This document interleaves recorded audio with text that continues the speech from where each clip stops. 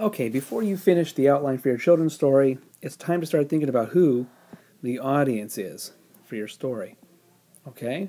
As a writer, you really need to be concentrating on that.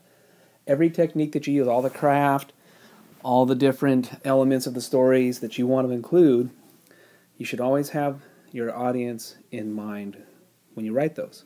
So your audience for your children's story for this one is going to be 4 through 6-year-olds. Boy, this is really distracting, isn't it? So if you have any preschool kids living in your house, or perhaps first graders, you want to ask them maybe, what do you like about books? What are some books that you like to read, and what is it about those? In fact, if you don't have one, I have here some with me, and they're going to answer those questions for me. Okay, so here's our first target audience member. She's 5 years old, and I'm going to ask her, what kind of books do you like? What's the name of a book that you like? Mommy, I love you. And why do you like the book, Mommy, I Love You? Because, that's enough. Because? Because they look like us. The characters look like who? Me and Mommy. Okay, so the characters look like you and Mommy, and you like to have that story read to you many times. Okay?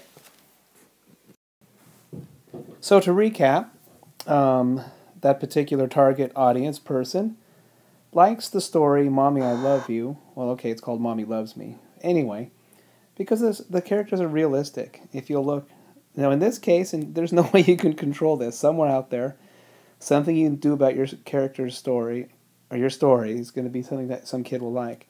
Mommy has brown hair. The girl has blonde hair. And so this book really connects with her because she sees that that's just like she and her mommy when she reads it or has it read to her.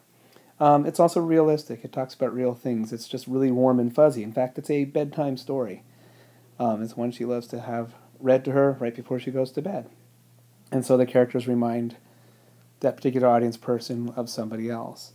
Now, you don't really necessarily have control over that aspect, but you can make the characters realistic. You can make it a really warm and fuzzy story where there's nice and happy resolution to the conflict and everything will be good. Okay?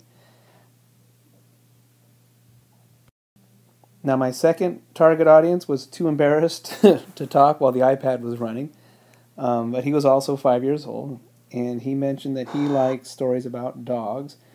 And incidentally, this is not really one of his favorites, but he will have it read to once in a while. This is one of my favorites from when I was a kid. That's how old it is. I love this story. If you haven't read it yet, check it out. There actually is a little bit of conflict and resolution and things like that in it. But he's also into the Teenage Mutant Ninja Turtles. Kind of early for a 5-year-old, but he likes it. And this is something interesting. It's a book that you can have read to you, and you can also color it.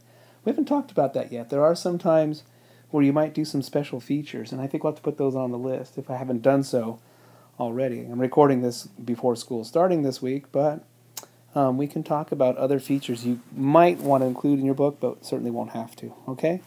So try to focus on things that you think kids might like, dogs, cats, all sorts of different things, okay?